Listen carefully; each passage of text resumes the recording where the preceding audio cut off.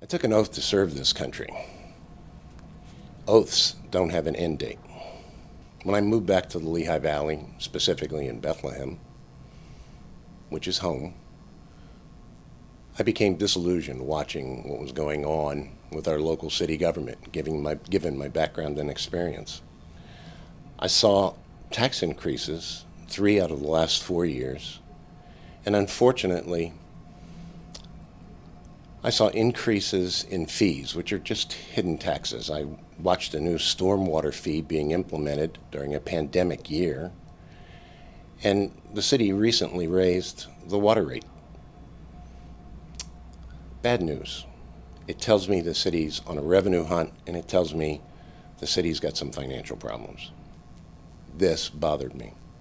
Our city has over $64 million in unfunded pension and healthcare liabilities. That's a big number.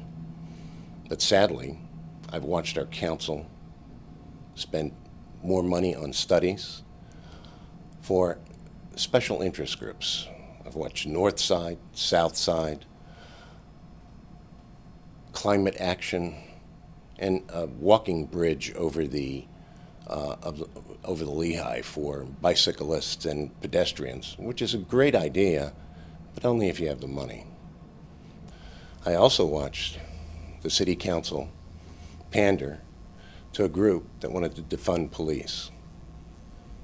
For these reasons, I decided I'm throwing my name in the ring.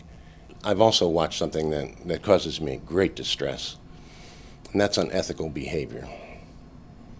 I've watched the city business administrator, who was a former city councilman with absolutely no background as a business administrator, appointed to that position by our present mayor. I also watched that business administrator in his first 18 months of being on the job, hiring his wife as a parks and recreation director to rub salt into an open wound.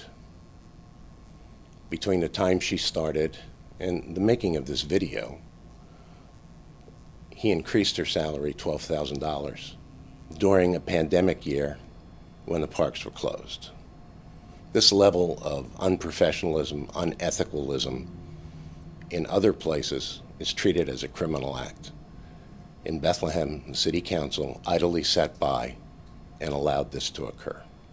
As your mayor, I'll listen to all segments of this community, not just to those who scream the loudest. I've learned how to listen. 28 years in local government has taught me that. I also know how to create balance and compromise. And if anything, our city needs balance right now, politically and financially. And I'm more than willing to do this. I'm 73 years old. I had absolutely no desire to start a political career. But I want to serve one more time. I want to fix my city, my hometown. And it needs fixing.